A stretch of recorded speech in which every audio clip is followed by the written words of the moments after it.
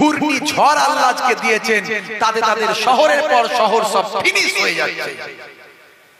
তিনটে দেশ ধরে নিয়েছে আল্লাহ এই কটা দিনের মধ্যে, তিনটে দেশ। আমি তাই সেদিনে ভাবছিলাম আল্লাহ এই ভারতবর্ষ পশ্চিমবঙ্গ কলকাতা কি দুবাই হয়ে যাবে নাকি? সেদিনে জাপানি হলো। আল্লাহ এখনো ইমানদারদের দোয়া কবুল করেছে। মুসা কালিমুল্লাহ হুজুর আল্লাহকে বলছেন, আল্লাহ আল্লাহ সব মানুষ তো আর খারাপ নয়। এই যে দুবাইয়ে এত বন্যা হলো, এই যে ব্রাজিলে হলো, এই যে আমেরিকায় হচ্ছে, সব মানুষ কি খারাপ? ভালো মানুষ আছে, আছে না? আল্লাহওয়ালা আছে, নামাজি আছে, পরেশগার আছে, খোদাভীরু আছে, আল্লাহর ওলি আছে। সব মানুষ তো আর খারাপ নয়। আল্লাহ তুমি যখন গজব দাও তখন সবাইকে চাটে কেন ধ্বংস করো? একসঙ্গে সবাই কেন ধ্বংস হয়ে যায়? বন্ধুরা আমার, তরুণ যুবকেরা আমার, মুসা কালিমুল্লাহকে আল্লাহ বলেছিলেন, হে নবী মুসা, উত্তরটা আমি পরে দেব। একদিন দেখা যায় মুসা কালিমুল্লাহ কোন এক গাছতলায় ছিলেন, গাছের গোড়ায় ছিলেন। এমন সময় গাছের গোড়ায় একটা ভাই আমার ভয়ঙ্কর পিঁপড়ে মুসা নবীর পায়ে কামড়ে দিয়েছে। মাঝে মাঝে কাঠ পিঁপড়ে আছে না নাই? ভয়ঙ্কর পিঁপড়ে, কাঠ পিঁপড়ে কামড়ে দিলে মাথা খারাপ, চুলকে চুলকে অস্থির, ফুলে ঢোল। আরো কত ভয়ঙ্কর পিঁপড়ে আছে। সুন্দরবনের জঙ্গলে গেলে দেখবেন পিঁপড়ের কামড় খেলে মাথা খারাপ। বুঝতে পারছেন? বিছে কামড়ানোর থেকে বেশি জ্বলবে। মুসা কালিমুল্লাহকে পিঁপড়ে কামড়ে দিয়েছে। মুসা কালিমুল্লাহ পাটা প্রচন্ড জ্বালা করছেন।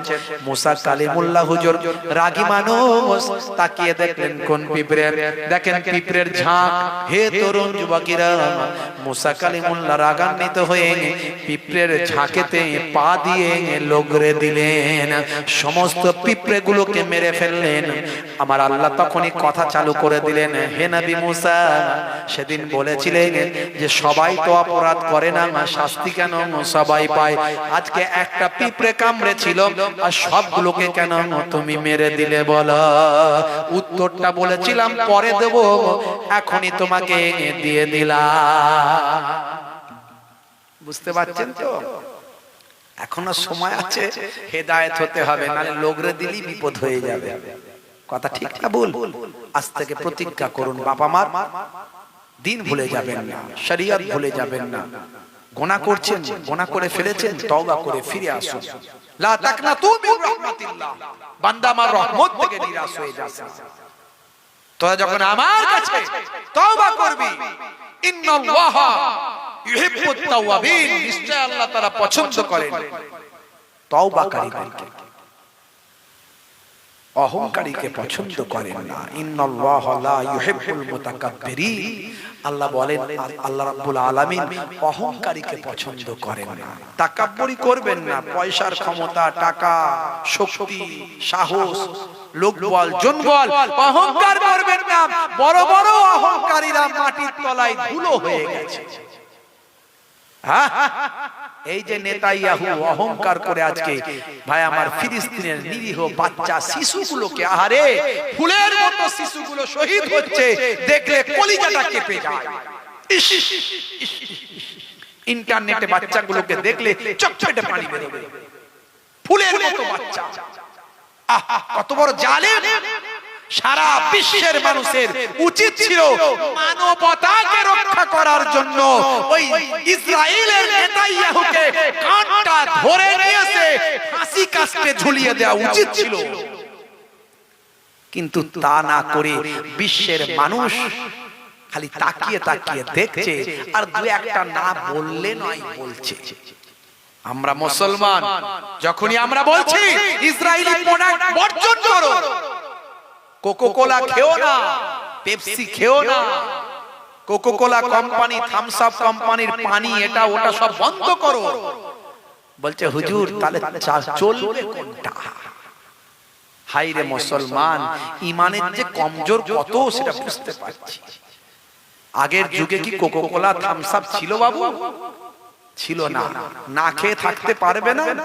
তোমার ফিলিস্তিনি ভাইগুলো যারা শহীদ হচ্ছে তাদের সঙ্গে সমব্যথায় ব্যথিত হয়ে কোকাকোলা থামস আপটাকে যদি আমরা এই পানীয় জলটাকে বয়কট করি, কয়েকশো ভাই আমার শত শত কোটি কোটি ডলার তাদের লস হবে।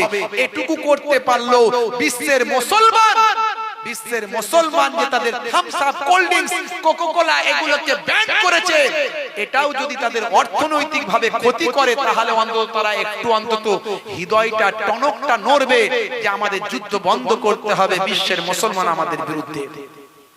কিন্তু আমরা সেটাও পারি না। বলে হুজুর তাহলে খাবো কি? যদিও বিকল্প খাবার বেরিয়েছে, এখন জিরু বেরিয়েছে, বাংলাদেশ থেকে মোজ বেরিয়েছে, মোজ কি মোজো না মোজ না কি বেরিয়েছে, খেতে যদি হয় ওইগুলি আর না খেয়ে থাকতে পারবে না। আমি তো কোল্ড ড্রিঙ্কস খাওয়া বন্ধ করে দিয়েছি, খাই না, তো কি হবে? মরে যাবে নাকি না খেলে? অন্তত আল্লাহর কাছে বলতে পারবে, আল্লাহ ফিলিস্তিনের নিরীহ ভাইগুলোর জন্য কিছু করার আমাদের ক্ষমতা ছিল না। আমরা তো রাষ্ট্রপ্রধান ছিলাম না, যদি থাকতো সমস্ত আমাদের দেশের পণ্য বয়কট করে দিতাম, আমদানি রপ্তানি বন্ধ করতাম ওদেরকে। কিন্তু সেটা তো পারিনি।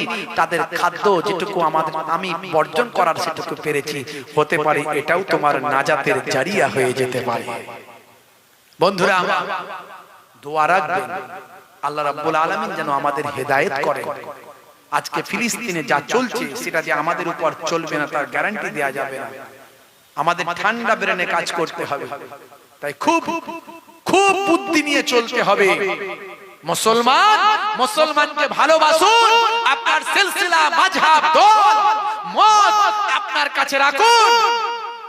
মৌলিক বিষয়ে যখন আপনার সঙ্গে আমার পার্থক্য নেই, আল্লাহ এক, সেটা আপনিও মানেন আমিও মানি। সে তবলিগ হন, দেওবন্দি হন, ফুরফুরা হন, ইমাম শাফি মাযহাব হন, মালিকি, হাম্বলি, হানাফি মাযহাব যেটাই হন না কেন, কোরআনকে আপনি মানেন, কাবাকে মানেন, নবীকে মানেন। হতে পারে আপনি নামাজটা আপনার অন্যরকম, আমার একটু অন্যরকম, হাতটা তোলেন আপনি, আমি তুলি না, পাটা ঠেকিয়ে দিচ্ছেন, আমি ঠেকাই না, আপনি আপনারটা নিয়ে থাকুন না। কেন জোর করে একে অপরের উপরে আপনার মতটাকে চাপিয়ে দিয়ে ঝগড়া, অশান্তি, একে অপরকে কাফের, বেঈমান এসব বলছেন কেন? আজকে আপনি ঐক্যবদ্ধ নন, এক নন, আপনার ভোটটাকে ভাগ করে দিচ্ছেন, এর কিন্তু ব্যাড ইফেক্ট আপনার উপরে পড়বে, মাথায় রাখবেন। বন্ধুরা আমার, মুসলমানকে ভালোবাসুন, হিন্দু ভাইদের ভালোবাসুন, খ্রিস্টান, জৈন, বৌদ্ধের ভালোবাসুন।